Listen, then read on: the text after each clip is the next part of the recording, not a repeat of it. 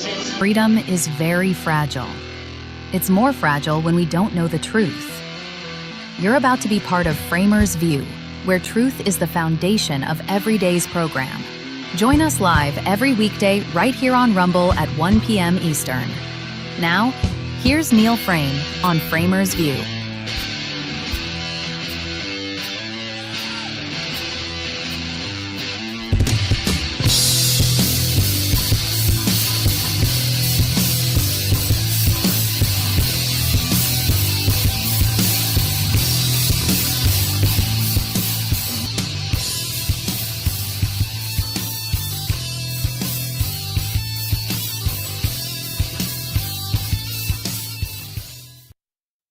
And we're finally getting rain, which then opens everything up and the pollen starts flying. And here we are. Welcome to FramersView. By the way, I had somebody send me a note. I think it was yesterday. Maybe it was Tuesday. It said, "Who's the gal that's with the horse?" And well, that gal is my wife, and that's her horse. And yeah, it's kind of cool. Included her. I had to pay her a lot of money for that.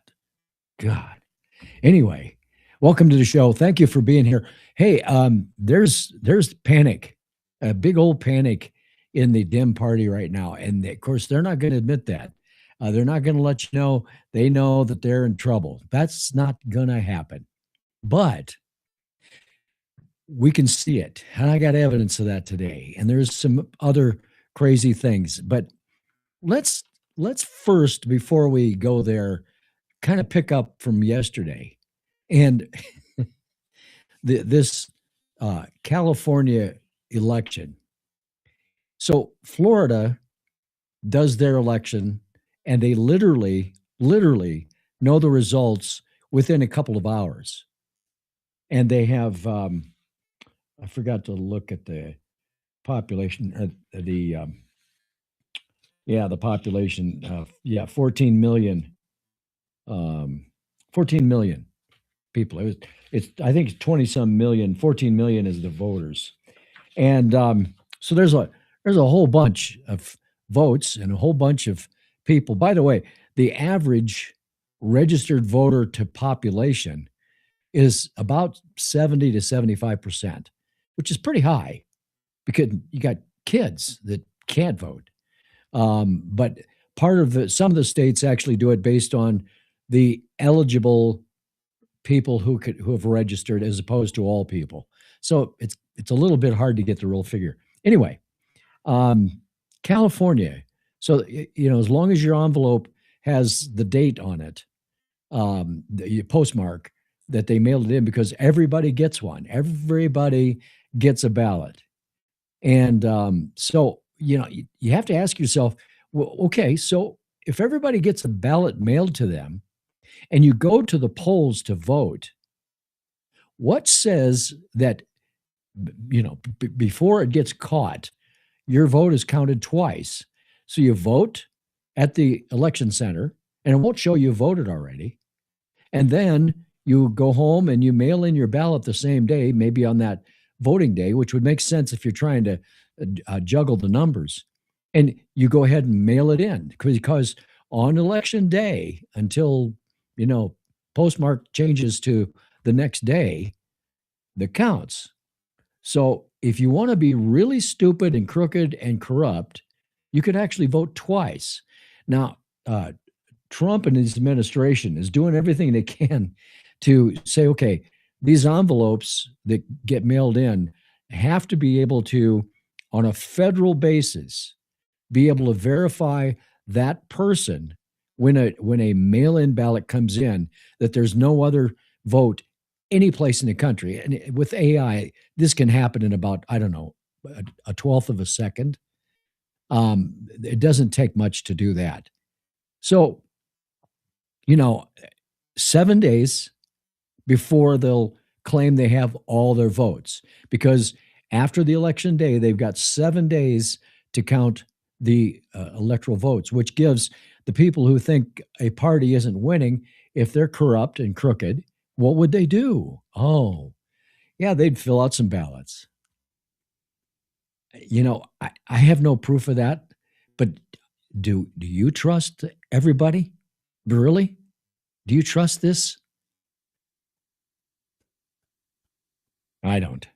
Anyway, Dems are panicking and they're too stupid to realize they are in a deep, deep slide downhill. We're gonna talk about that. We're gonna start with something that's really silly, and then we're gonna get more silly, and then we'll get so stupid silly it's unbelievable, and then we're gonna get violent, silly, out of control, and then we'll just have a couple of pieces with people that are saying, yeah, this isn't working for me in California. And then the final thing will be we'll talk about the Electoral College, which I've tried to do with all of the things that are going on. I've been trying to do all week, but I want to cover the Electoral College because there's more to it than you realize. And when people say, well, it should just be one vote, one man, one vote. Oh, okay. And we'll get into that and why that doesn't make sense and why the founders, this isn't some idea the Republicans came up with a decade ago. This isn't anything new. This is something that the founding fathers knew could be a problem. Not that it was going to be a problem. Not that it could be a problem. They knew it would be a problem. And why is that? Because of the experience they've had. Pretty simple. The experience they had in England, in Great Britain, when they tried to get the hell out of there and start their own country, which, man, that's, if you really sit down and stop to think about that and what they did and the foresight that they had, it is amazing. So anyway, craziness, stupidity. There's a the press is sort of, kind of, maybe sort of deciding to ask some questions that is hard to answer if you're throwing up a bunch of BS at people. And so we'll see that today too. It's just it is not easy to just keep blowing this off if the press will just look at the truth and try to cover that story instead of their story. So this Iran war, which of course has been going on way too long, I think it should have never happened. But guess what? It shouldn't have happened because they shouldn't have had the power they've got. They wouldn't have the power they have if Obama hadn't sent billions of dollars on pallets, cash, to them to say, please just play nice. I mean, if you don't realize he did that, he did. And there's a tremendous amount of people that don't understand what Trump's trying to do because it's too deep for some people, sadly. So let's talk about that and then we'll get into a vote that occurred yesterday. So, if you care about, let's just use something really simple. If you care about a very nice pair of dress shoes that you wear, and you're going to go out in the wintertime when it's a lot of snow and salt on the roads and blah, blah, blah, you're probably going to say, no, I'm not going to wear those shoes today because I don't want to trash them. Makes sense, right? Now you have to go, 12,000 further up the ranks to, we've got a good country here. It's a good pair of shoe country. And now our shoe country doesn't want to go out and walk in the salt and the grime of what Iran could be doing. And we've never had a president that's actually done anything. They've all talked about it. They've all said, Trump, not just Trump, but everybody has said, no nuclear weapon for Iran, even though Obama gave him billions of dollars. But all of those things that go on all the time, and nobody does anything about these people. And I've got some videos to show you why this is important. All of these things that occur, if they get out of control, which they are, we're going to be in trouble. So Trump looks at it and he goes, okay, here's my report from Department of War. And here's what the possibilities are. It's going back a number of weeks. And he said, look, they're almost at a point of weapons grade nuclear weapons. They've got missiles that go, well, they didn't even know at the beginning how far these missiles will go. And this is getting out of control. And if they get this uranium to the point where it can be military grade, God save us. And God save Europe first. They don't like Europe either. It's not just the US. They don't like anybody. But here's the point. If you can't get yourself to back beyond the I don't want war and look at what the war could be if this country gets the power that they want. That's the catch. The power that they want. So how do we manage that? Well, Trump says, okay, I'm going to take out their missile sites. I'm going to take out their nuclear process. I'm going to take out all of these things that they're going to take out, that he took out and continues to take out. And he sinks the Navy, and he blows up the small boats that they're using to put in mines and that they're attacking boats with. And the Dems are not that stupid that they don't want this to happen. They just can't have Trump win. That's what this is about. This is about nothing other than we can't let Trump win. And what do I really mean by that? The answer to that is this. If he succeeds, if he manages to succeed and get all this taken care of and get either a regime change, which I think is totally necessary, and he gets that, and he gets the Middle East safe, and that makes Europe safe, that makes all of the countries all the way over to the U.S. and the East Coast safe. Well, safer. We still have the idiots in our country ourselves. Point is, he would succeed, and they can't have that. So what happens yesterday? This is why I can't stand the fact that we're now in show politics. But look at this. Trump suffers rare House defeat as bipartisan vote moves to withdraw troops from Iran conflict. He suffered a rare defeat in the House of Representatives on Wednesday after Democrats, joined by a handful of Republicans, voted to sharply curb his war powers in Iran. It was Tom Massey, what a surprise. He's been blown out. Warren Davison, he's from Kentucky. Ohio's Brian Fitzpatrick, and Tom Barrett from Michigan. They were the lone Republicans to buck the president and support the War Powers Resolution Act. We'll talk about that in a second. So to continue on, it's just a total BS vote. I think there's no Democrat, no Republican that can tell you what forces they would want pulled from Iran. House Foreign Affairs Committee Chairman Brian Mast told Fox News, they just want a stupid political vote, which is what this is. The successful war powers vote is largely a symbolic loss for Trump, given an unexpected presidential veto and the lack of veto-proof majority. So let's make this clear. Any kind of a bill like this, the president has to sign. Trump isn't going to sign that. And they can't veto this because there's not enough Republicans, even including these lunatics that did vote to stop it, to be able to overcome the veto. And that has to be, I believe that also has to be 60 votes. Well, no, not 60 votes. It has to be a percentage of the House. So now we have a useless, totally useless war act because nothing's going to happen from it. And why won't it happen? Well, that's pretty simple. It's not going to happen because these guys are not going to get their way because Trump's not going to sign it. It's simple as that. And it's not simple, but that's what it is.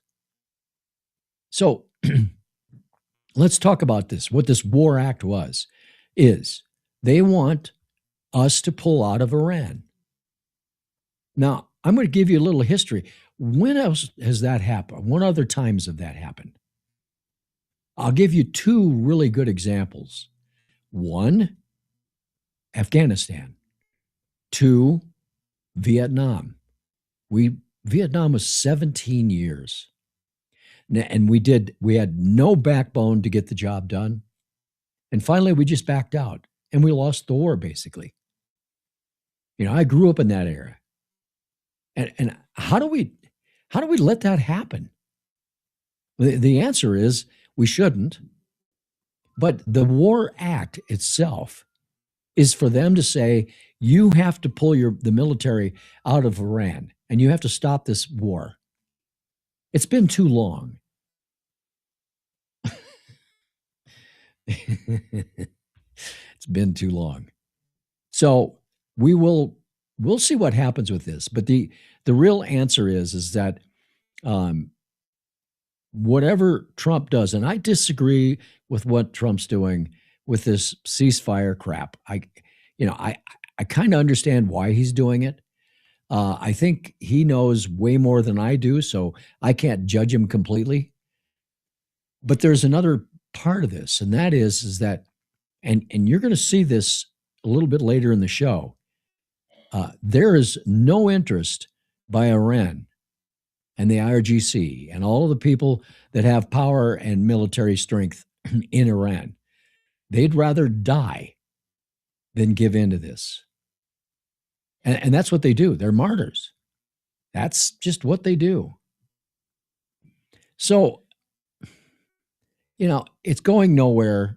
It got them, I'm sure there's a bunch of Democrats running around saying that Trump got shut down and we're pulling out of the war. No, you're not. But they can use that and they can put it in their campaigns and they can raise money with it and all those important things to them. God. So speaking of what the Dems do and how they try to take credit and power,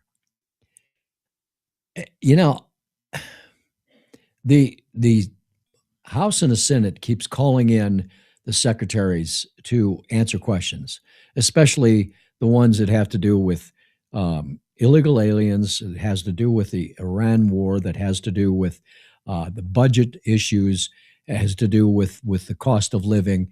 And they bring these people in, Bassett and Mark Wayne Mullen and a number of other people. Rubio, I didn't even bother getting the Rubio one. I'm pretty sure everybody has seen that. That was a clown show. His experience with these idiots. But Mark Wayne Mullen yesterday, the one thing that's making a difference, everybody that Trump has brought in, everybody that Trump's brought in is willing to fight these people that are sitting up there in their hallowed chairs, and blowing smoke. Well, one of them is Al Green. I'm telling you, that's a perfect example of hopeless. He's gone at the end of this term because he lost. He lost for a reason, but he has to put on a show for the Democrats and to be able to do fundraising, because he'll probably raise funds for somebody else but keep the money. So watch this. This is Al Green, the guy with the cane that waves it at Trump at the State of the Union speeches and all of the different things that he goes to, and he's got that stupid cane, gold cane. And now he's talking about just how, well, first of all, Mullen is a racist, and all the Democrats are, and the DHS, and watch this. Racist. I'm asking a question. Reclaiming my time, ask him to shut up. Shut up. Shut up. It's my time. I'm not going to let anybody call me a racist, Chairman. I never called him a racist. It's my time. It is, gentlemen. Will suspend. You will not. Tell him to shut up. Gentlemen, suspend. No, the gentleman will suspend. So, first of all, I did call him a racist. Secondly, it doesn't even make any sense. His yelling and screaming and, just completely off the boards. And they just have to say this because we're getting rid of his voters. The voters that are voting for president or Senate or House or local elections, those that are illegal, but they have a driver's license, or they get a mail-in ballot because they register because they had the driver's license, and the verified ID thing didn't really take effect until some time ago. So there's a lot of people that are registered that are illegals, and he can't afford to lose them because they're really going to lose. And we'll talk about that in a little bit. But there's another guy. This guy, his name's Thanagar. He's a congressman. I'm not even sure where he's from. I always forget where he's from. He's from a land down under, I think. But he decided to, point out how terrible Wayne Mullen is, and he's just as bad as all the rest of the DHS people before, and blah, blah, blah, blah.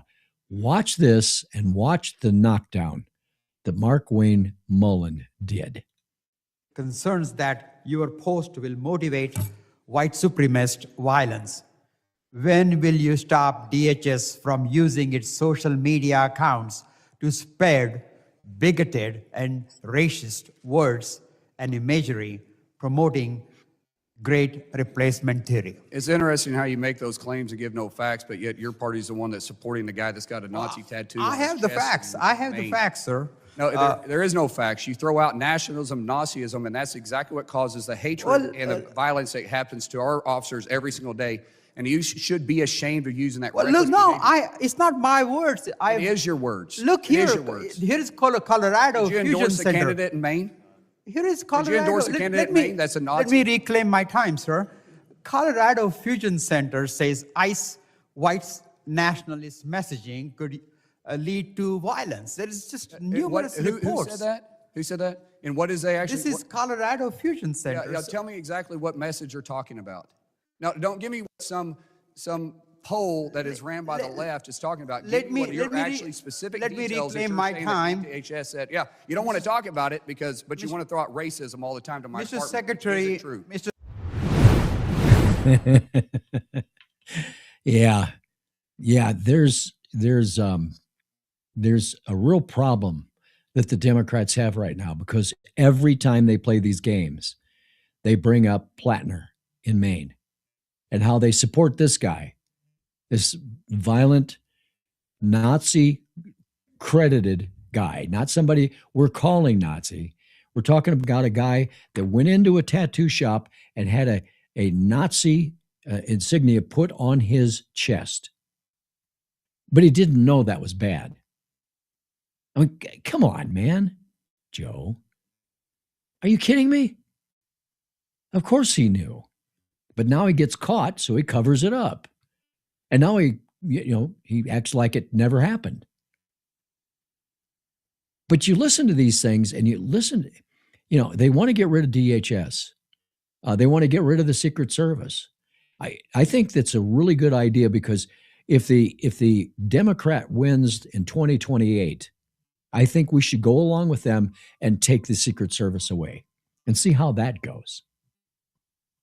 Yeah, the Secret Service that protects everybody in the sphere of the administration and the Speaker of the House. And there's a number of other people that they all have their detail, but there are politicians that have to hire their own to protect themselves. It no longer is it a really good job to have to be a senator or a congressman because there's lunatics out there and you don't know who's going to get you. So we're now looking at this craziness that they're talking about.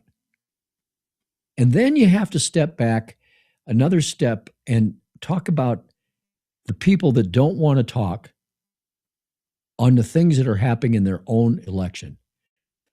Now, I always pick on Elizabeth Warren, and I most of the time pick on Chuck Schumer.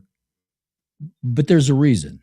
And the reason is that they are the biggest voice on the Democrat side, other than Akeem Jeffries, who's kind of trying to stay out of it because probably he has some competition that everybody else doesn't have. But now we've got this thing with Plattner. And, you know, these same people that were calling Trump a Nazi has a Nazi running for office. So what do you do with that? Well, you just blow it off and you make your message. Watch this with Elizabeth Warren. This is classic. Stay on target, stay on subject, don't answer the questions, act like you never heard what they say. Aren't you worried about more coming out about his past that could damage his chances? What I'm worried about is another day of war in Iran. Senator, are these accusations disturbing to you? What is disturbing to me is what's happening in this economy and how right now the Republicans just sign off on it. Didn't answer the question. Not gonna address. Not gonna do it. Wouldn't be prudent. No. Okay, gonna do it. Well, sooner or later they're going to have to do something. One, say, yeah, this guy's got to go. Or two, kind of hope he doesn't get elected. But there's something to that. And that is Chuck Schumer, who made these statements. I met with Graham Plattler today. We're going to beat Susan Collins and take back the Senate. Yes. So you're saying that Janet Mills, your preferred candidate, there's been rattlings that she should get back in. You're standing behind Graham Plattner, to be clear here? We're going to beat Susan Collins and take back the Senate. Okay, so the non-answer, I guess, is answer enough. What do you think about it? What did he mean? Well, never in my lifetime did I think that a Jew would stand and justify the election of someone who has a Nazi tattoo on their chest, who chose to brand themselves as a Nazi. But what is clear is that Democrats are so desperate to take power that they will stop at nothing to do that. And that should scare every American. People willing to embrace evil to gain power should never, ever have access to it. Boy. I don't know this guy that was just on there. He's obviously one of the quiet ones. But think about this. He made such a good point. You know, when power is so much more important than any ethic, any corruption concerns, nothing. You know, this is Plattner. They know he wants to get rid of Secret Service. He wants to get rid of DHS. He wants to do, if it's crazy, he's going to do it. He won't get it all done because he's just one guy. But the point is, it's just another powerful person, and I've got some videos that follow this.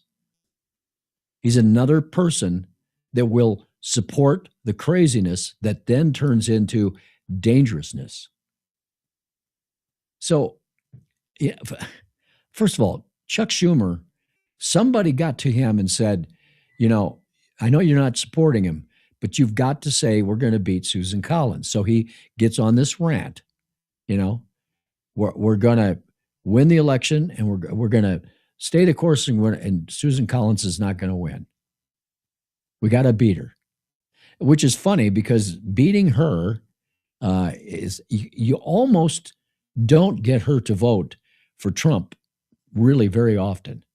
You know, the little things she votes for, but the big and important things, she always drags it out. She always makes it ugly. And then sometimes she gives in, sometimes she doesn't. It's not like some true Republican that, you know, Jim Jordan or somebody like that. They're not, you know, they're just not going after the right person, but they can't afford to not get Massachusetts. And we'll talk about that in the Electoral College here in a minute. So, you know, they ignore the Nazi factor and they just keep supporting we have to win, no matter what. I didn't even put the video in, but there was a Sunny Hostin who's on The View. God, I stand her. She says, you know, I'm just going to hold my nose and vote for him. And, you know, one of the people on the Dias said, that's wrong because we're the ones that are saying Trump's so bad and his people are so bad. And how can we be over here accepting somebody like Plattner? And she's right, but Hostin isn't going to agree with that. And I heard when the other lady said that about we need to basically clean up our own problem, some people applauded, and you heard it stop immediately.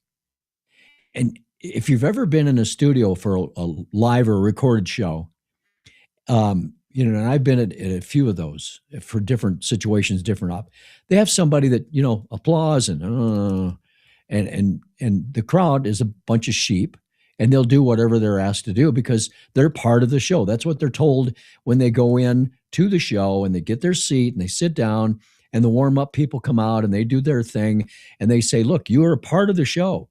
Your opinion and your ideas are important with making this show work and blah, blah, blah. So when they go, no, don't, then everybody stops applauding. And that felt like that's what happened. I can't say that for sure, but it felt like that's what happened. So I just don't understand how these Democrats can sleep at night because, I keep hearing the press, even Fox News and Newsmax and others and other podcasts, they say the press is getting it wrong. They're not getting anything wrong.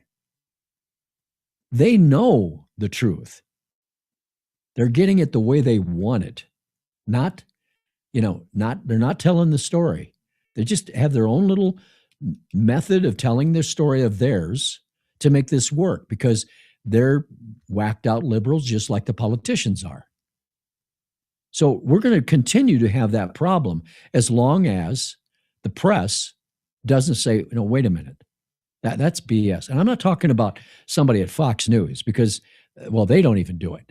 But to expect ABC, CBS, NBC, CNN to just go, what did you just say? No, that's not what's happening. Where did you get that? Do you have evidence of that? That would be a good question, wouldn't it? But we don't get those answers, and they're really important answers. So we've talked about, and I needed to set this up for these two videos I'm about to show that are so amazingly important for you to understand. And that is about us losing grasp of this country. And you've heard me talk about over the years and the number of shows that I've done, you've heard me talk about the ancient Rome and what happened to them. And the reason they're called ancient Rome is because they had to do a redo because they put it in the toilet. And it's because people felt guilty. People handed out money that they shouldn't have done. Nobody was working because everybody was getting money. Does that sound familiar? And these things happen in Europe and some of these socialist countries. Same thing. There are countries right now that are running away from socialism while we're trying to go into it.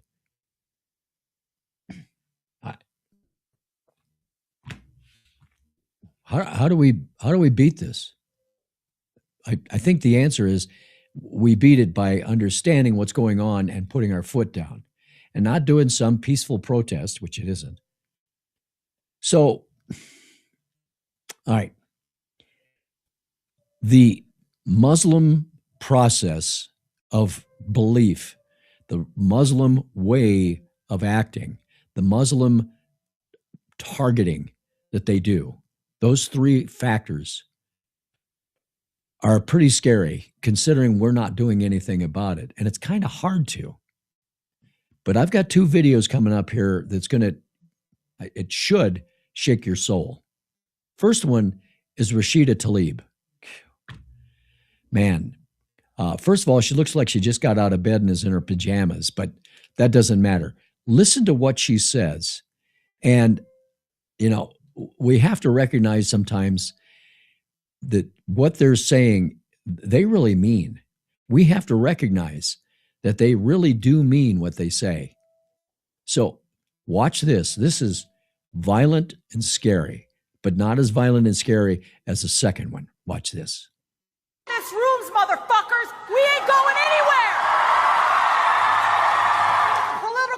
pictures that I have to work in, that we all are surrounded by, was built on slavery and genocide and rape and oppression. Real change doesn't come from the cowards and warmongers in Congress. It comes from the streets. It comes from all of us mobilizing and seizing the power to resist and fight back. Gaza is the compass in this country. Now we're in Congress, and we're every corner of the United States. Gaza is the compass of this country. Think about that. Palestine, Gaza, and she's a congressperson. I mean, that speech should have frightened you, whether you've seen Stalin or Mussolini or Hitler or any of those people during World War II. Talking with that vitriol is really scary. Now, maybe that's the reason the Republicans don't have the power that we have, because we should have, because we won't scream and threaten. You know, you don't really hear a Republican House or Senate member, you know, supporting Gaza and supporting communism and socialism and everything that they do. It just doesn't happen. So, with that said, this is the second one.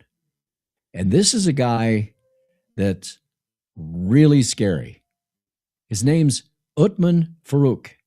And he's to tell you Muslims are here to stay and there's nothing you can do about it. Watch this. Wants to put a Muslim ban. He wants to ban Muslims. We will tell him, this isn't your country to ban. This is the land of Allah, as every land is the land of Allah. And there are Muslims here that are going to be here. And if you don't like it, I would suggest he goes somewhere else. But I don't know where he's going to go. If he goes back to Europe, a lot of Muslims in Europe. I've been there recently. You go to Africa, you go to South America, you go to China, you go to Malaysia, you go to Japan, you go to the Antarctic, there's Muslims. So I would make a suggestion. If he wants to go somewhere where there is no Muslims, I suggest he goes to hell. And know that our Prophet sallallahu alaihi wasallam has given us the glad tidings that this religion of Islam will enter every household. Every household. The Prophet sallallahu alaihi wasallam in the Sahih Hadith, he told us, this ummah, the guarantee, this ummah who will be victorious, and those that try to overcome them will not be able to. Wow. I must have watched that 10 times. And then I suddenly realized as I was putting the show together today, my very first subject was the War Powers Act for or against Iran. And, you watch this guy, they believe they own America. They're here and they're here to stay. And they may be. But the point is that when you get the volume, when they get the volume they need, they'll become a very dangerous scenario. And then if we don't have a president at the time that does something about it, we're going to have a problem. And honestly, I don't know what do something about it will mean. Because our Constitution doesn't really support stopping something like this, because I don't think the founding fathers could imagine we could have this crazy of a bunch of people that are in our country that are slowly feeding in. And keep in mind,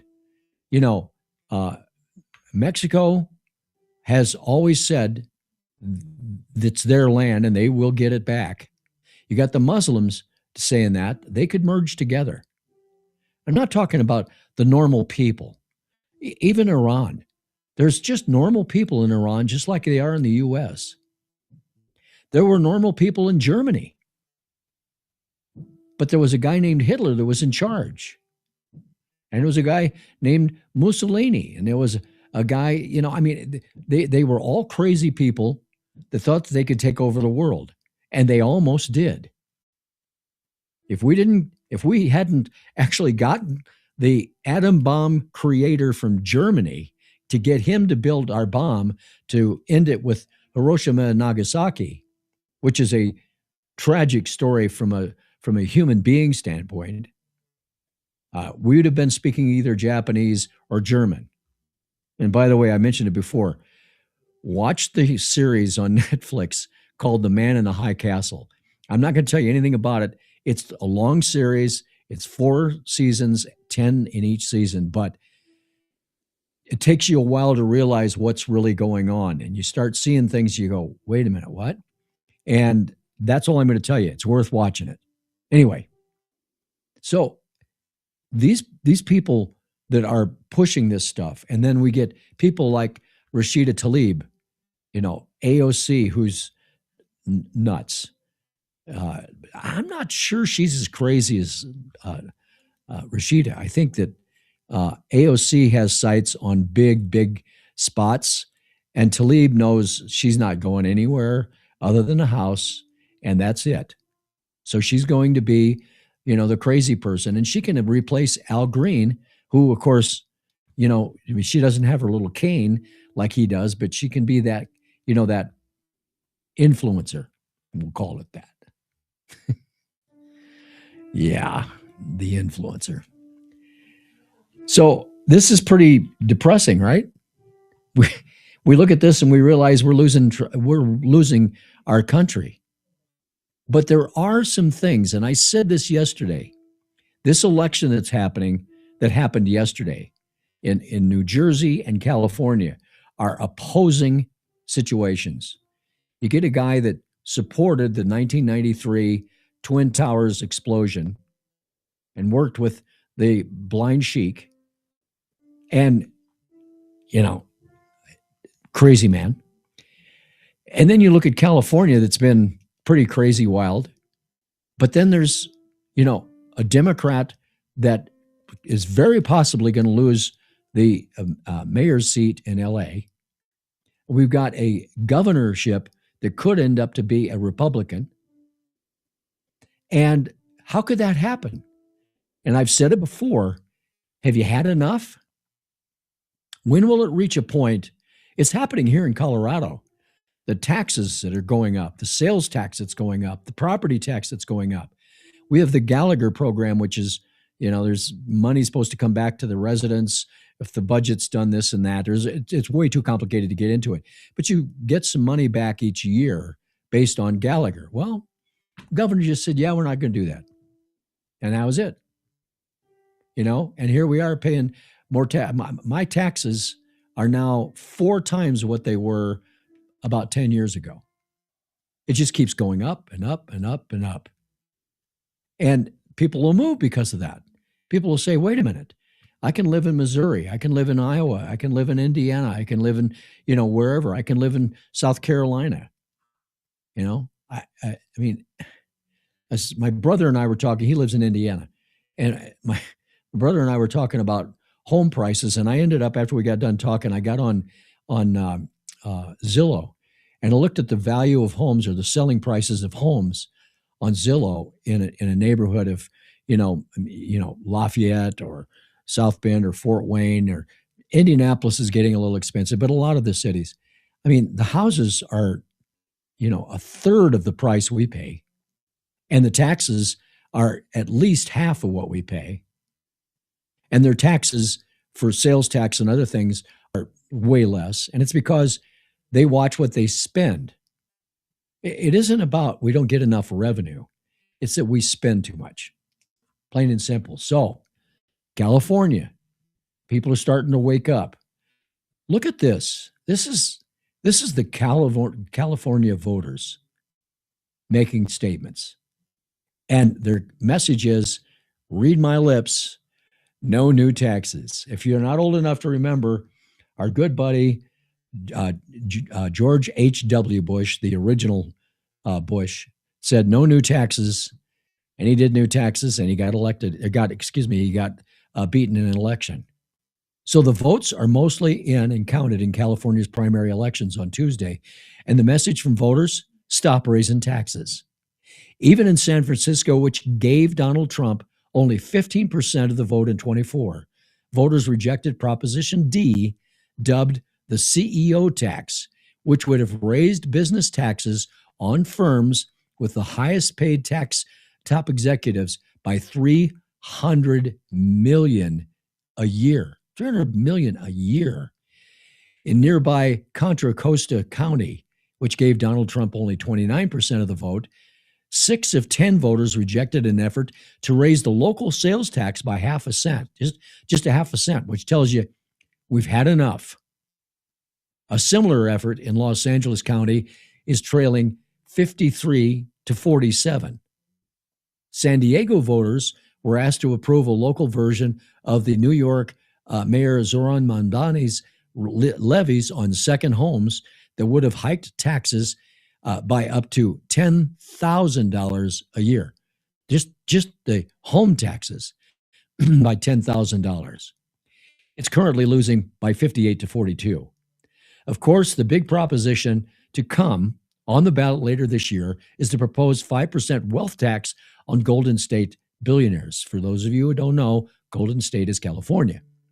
But if Tuesday's election results tell us anything, it's that voters in the biggest and maybe the most liberal state aren't in a taxing state of mind. No kidding. This is by all accounts, this is what is really starting to push back in California, and it's going to happen in other places, I think. Because when it costs you so much money to be able to do something, you finally reach a point where you go, wait a minute.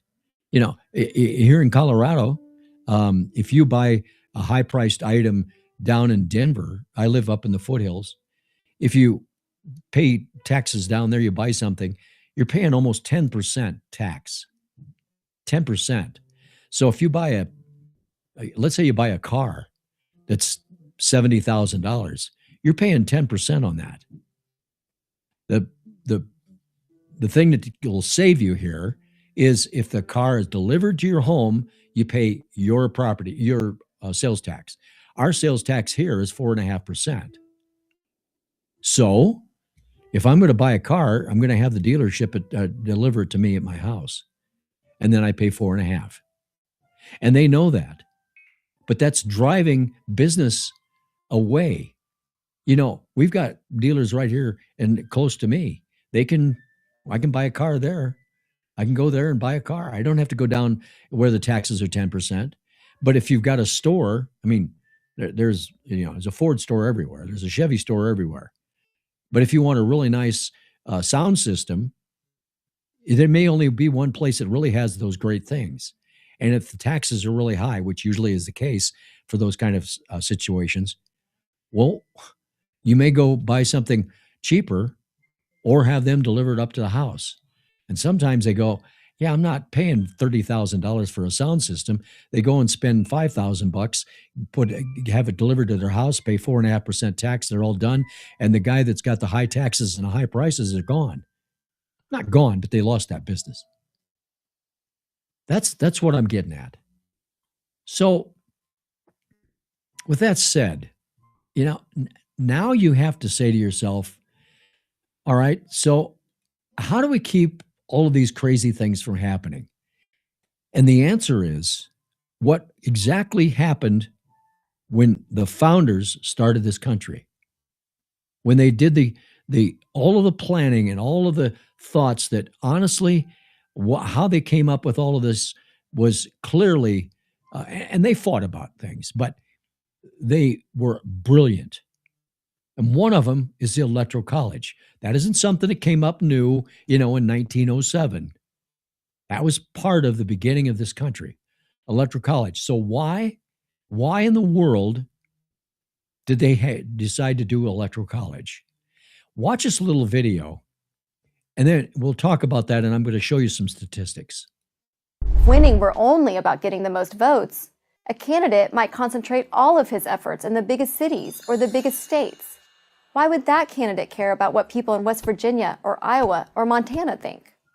But you might ask, isn't the election really only about the so-called swing states? Actually, no. If nothing else, safe and swing states are constantly changing. California voted safely Republican as recently as 1988. Texas used to vote Democrat. Neither New Hampshire nor Virginia used to be swing states. Most people think that George W. Bush won the 2000 election because of Florida. Well, sort of, but he really won the election because he managed to flip one state which the Democrats thought was safe, West Virginia. Its 4 electoral votes turned out to be decisive. No political party can ignore any state for too long without suffering the consequences. Every state, and therefore every voter in every state, is important. Well, that's a nice overview. So what this really boils down to is, if you had no electoral college, there would never be a Republican that would get voted in until it got so crazy that people would start switching their votes, which is what happened when California went red back early 80s and through the 80s, because they had had enough. And so let's take a look at that a little bit, because if you take a popular vote situation, and I'm going to get into this here in a minute, but I want to show you this slide first. So when you exclude California, Washington, Oregon, and New York from the United States, meaning as far as the election, the remaining population is approximately 275 to 276 million people. This calculation is based on a breakdown of 341 to 349 million people. California, 39 million. New York, 20 million. Washington, 8 million. Oregon, 4 million. Total removed, 7.16 million. Now, here's the thing. There's a massive, the number of registered voters in America is 200 and some million. So basically what we're talking about is of this 276 million that would be eliminated or would be added if you had it just as a popular vote, you couldn't win. Because as I worked on this myself here, and I used my little buddy Grok, who's helped me a lot. He's awesome. But I started playing around with the numbers to figure it out. One of the interesting parts is that 23 states, 23 of the 50, almost half, 23 have 2 million people or less. So if we use 70% of those 2 million people, the numbers are just not much. 84 million are liberal states. Now, not everybody votes, obviously, for the Democrat Party in the liberal states, but it's obviously a predominant number. So when we're looking at these things, 23,200,000 in California votes. In other words, registered voters. I don't know if they're legal or not, but that's what they say they have. Texas has got 17 million. And Texas population is 31.7 million. So there's only 17,500,000 in Texas of the 31.7 million. So, I'm using Texas because it's a red state. Everybody says it's turning purple, but it's not. Florida is kind of the same thing. But when you get past Texas and Florida, from a standpoint of where a predominant number of Republicans are, you're out of luck. Now, so what does the Electoral College do? And I'm sorry if this is boring to you, but I'm going to say it because you need to understand it. Because when I see people say, or hear people say, well, it should be one man, one vote, that doesn't work that way. And the reason the founding fathers said, no, we're not going to do it that way, is because they looked at, New York. They looked at Pennsylvania. Of course, Pennsylvania originally was going to be the capital, and then they moved it to D.C., but Pennsylvania grew fast, Obviously, New York was growing fast because everybody was coming in from Europe into New York, and a lot of them stayed. And that state grew exponentially. Well, in Europe, they knew that London was the vote, and everybody else out there it's kind of like Colorado. You get past the Front Range, which is Denver, Boulder, Fort Collins, and all the population within that group. Before you get to the foothills, in other words, just that strip going along I-25, that's where all the voters are. That's where the two colleges, Colorado University and Colorado State University. And those states, those cities usually are liberal. It's how it works. Indiana, Notre Dame, liberal. And South Bend is liberal. But the state isn't. So again, going back to this the electoral college concept. If you don't have the college vote, the electorate is going to be the most numbers. It's going to be everybody that voted on the West Coast, everybody that voted on the East Coast, and there's not a chance a Republican could win until it gets really bad. But now let's think about what the Electoral College does. It's still one man, one vote, because there's delegates, and the delegates in most states are tied to putting their delegates, their Electoral College delegates, towards the party that won in that state. So it's not just, that's just a number. If you're, let's say Missouri, Oklahoma, if the predominance of voters turn out to be Republican or Democrat, then the delegates are going to give those delegate votes to that party. Now, there's exceptions to that, where they say, well, we're going to give this much to these guys and that much to those guys. We do that here in Colorado. Just that way they can kind of control it and keep the Dems in there. But my point is that these are just ideas that came from a time where how would have anybody ever thought of that? And the answer is they thought about it because they saw what happened in Great Britain. They saw what was happening in Europe. They saw Paris and Berlin and all of the all the big cities in all of these countries that dominated politics. Politics have been ugly forever. This isn't something new. It's always been ugly. But that's how it works.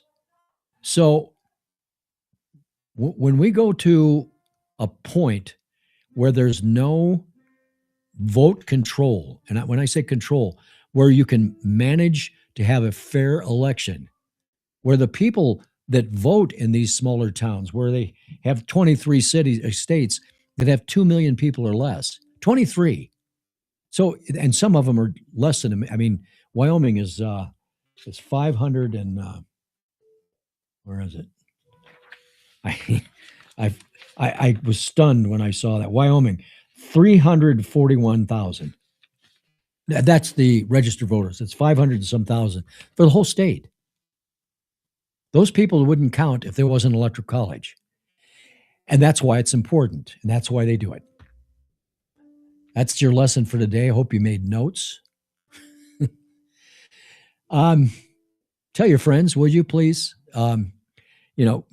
Click the like, click subscribe, be part of the show, help this thing grow and become successful. Put a lot of work into this, and I want to be able to give you stuff that you know about, and you can talk to 10 of your friends and say, hey, this is what's happening. And if I'm wrong, if I've told you something isn't true, you can put in a comment and tell me I'm wrong. I don't have a problem with that.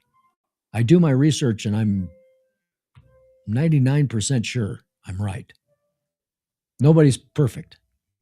Just one guy. He's up above. And I'm not talking about the person on the piano upstairs. Although, well, we won't get into that. Anyway, have yourself a good day. Hope things go well for you.